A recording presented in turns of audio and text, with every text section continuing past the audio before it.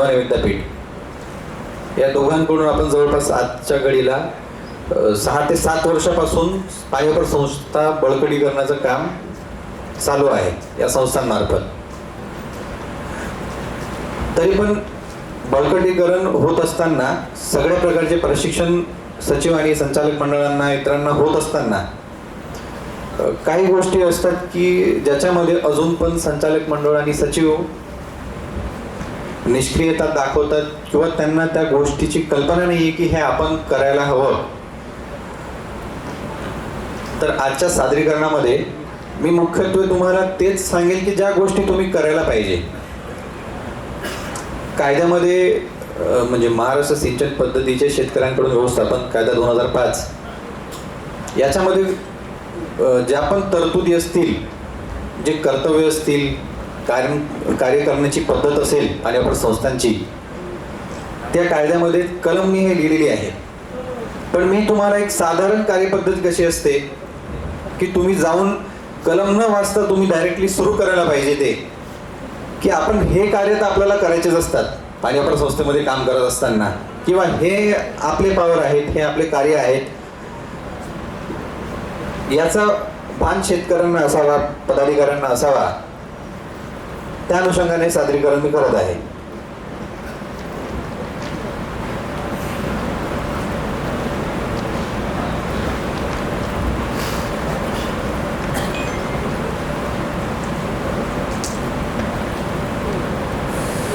तर गोसीभूत प्रकल्पाबद्दल आपल्याला जशी कल्पना आहे, तर गोसीभूत प्रकल्प हा पूर्व विदर्भातील सर्वात मोठा प्रकल्प आहे.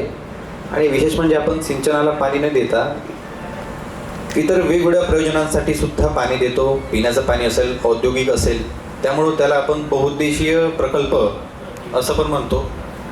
आणि याचा लाभ भंडारा, नागपूर आणि चंद्रपूर या 3 जिल्ह्यातील जवळपास 1,96,600 हेक्टर एवढ्या क्षेत्राला होत आहे आणि होणार आहे.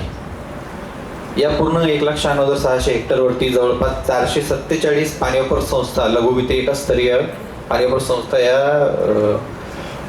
रजिस्टर्ड आहेत. आणि त्याच्यापैकी जवळपास 412 एवढ्या पाणीवापर संस्था कार्यान्वित आहेत.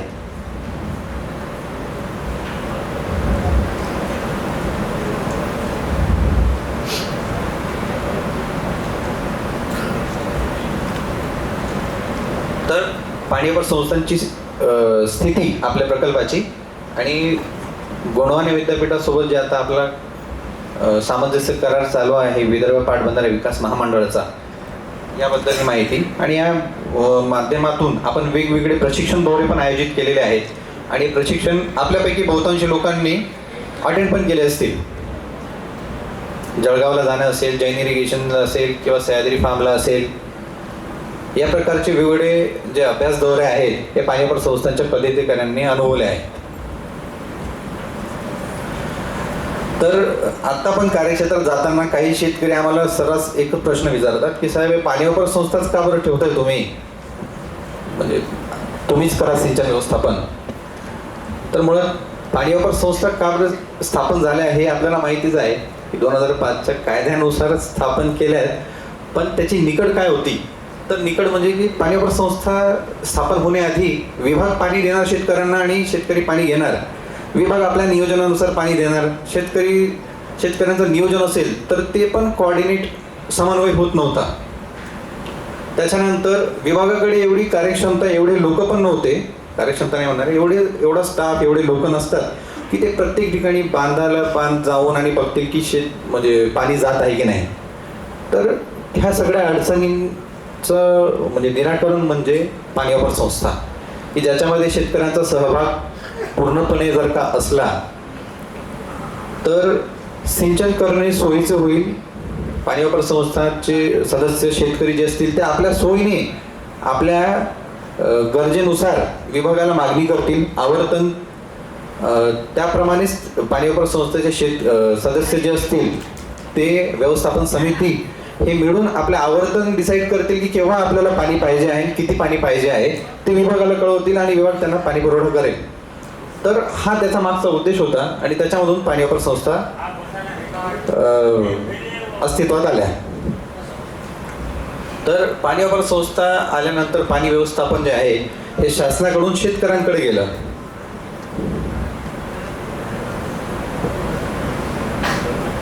आणि जे की मी आता तुम्हाला सांगितलं की पाणी वापर संस्था स्थापन होण्याआधी काही सिच्युएशन होती आणि पाणी वापर संस्था स्थापन झाल्यानंतर आत्ताची घडी काय आहे की जर पाणी वापर संस्था पार्टिसिपेट करत असतील, त्यांचा पूर्णपणे सहभाग असेल याच्यामध्ये, तर पाणी वापर संस्थामध्ये जे पाण्याचं वाटप आहे समन्याय करायला खूप सोयीचं होईल आणि शेवटच्या शेतकऱ्यापर्यंत पाणी जाईल आणि शेतकऱ्यांना माहिती असलेली जी पिकं असतात, जशी पीक लागवड असते त्याच्यानुसार विभागाला ते आवर्तन देणं पण सहज होईल.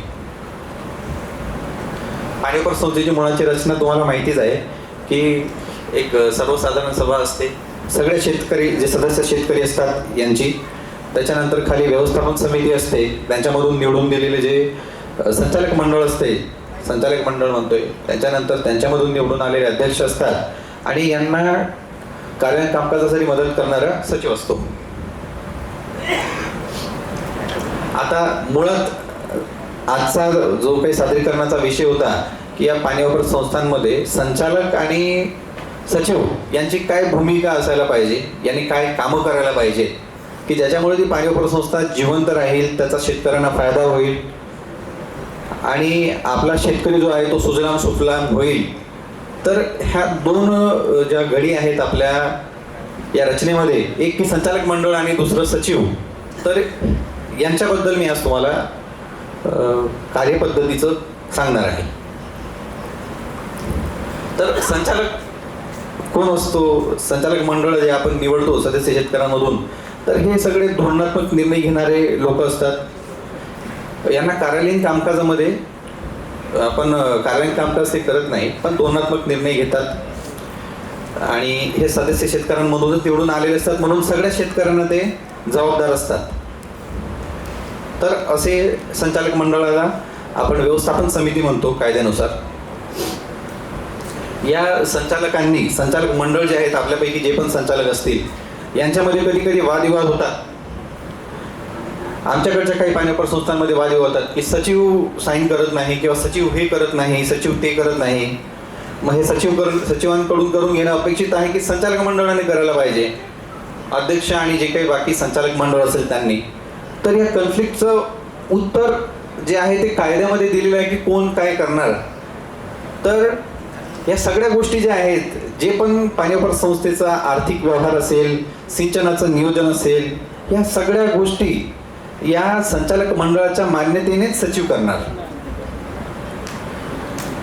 संचालक मंडळाच्या मान्यतेनंतर सचिवाला ते काम अंमलबजावणी करण्याचे अधिकार आहेत आणि तोपर्यंत जोपर्यंत संचालक मंडळ ते मान्य करत नाही तोपर्यंत सचिवाला असं काही धोरण निश्चित करायचं अधिकार नाहीये. समजलं? तर आणि सचिव कोण असतो? तर सचिव हा त्यांच्याकडे संचालक मंडळाकडे एक कार्यकारी व्यक्ती असते.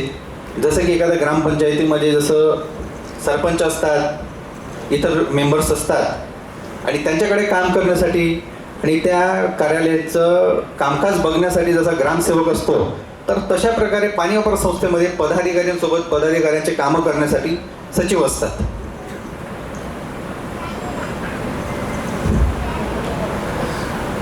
आता सुरुवातीला जेव्हा आपल्याला विभागाकडून सिंचनासाठी पाणी मागणी करायची असते, आता पण आम्ही अजून म्हणजे एवढ्या वर्षांपासून MOU असून पण आपल्या शेतकऱ्यांना अजून पण हीच अडचण असते की पाणी आता शेती जर का करायचीच आहे तर विभागाकडे कसं करायचं. ते फोन करून सांगून देतात, साहेब 100 हेक्टरसाठी पाणी पाहिजे आहे. पण तसं अपेक्षित नाही आहे. 100 हेक्टरसाठी तुम्ही पाणी मागणार आणि मग आपण पाणी सोडणार, तर तसं अपेक्षित नाही आहे. आपण तुम्हाला संविधानाने तुम्हाला तो कायदा जो दिलेला आहे त्याच्यानुसार तुम्ही एक इस्टॅब्लिश बॉडी आहात. जसं बोललो की ग्रामपंचायत असे वगैरे, तसं तुम्ही पाणी वापर संस्था एक इस्टॅब्लिश बॉडी आहे. तुम्ही लिखितमध्ये मागणी कराल आणि आम्हाला जर का पाणी उपलब्ध आहे तर बाध्य आहे तुम्हाला पाणी देण्यासाठी. तर त्याच्यामुळे पाणी मागणीचं जे नियोजन असतं ते सचिव आणि संचालक मंडळ यांनी आधीच नियोजन करायचं असतं. एक बैठक घ्यायची असते. तिथं जे लिहिले तेच सांगतोय मी.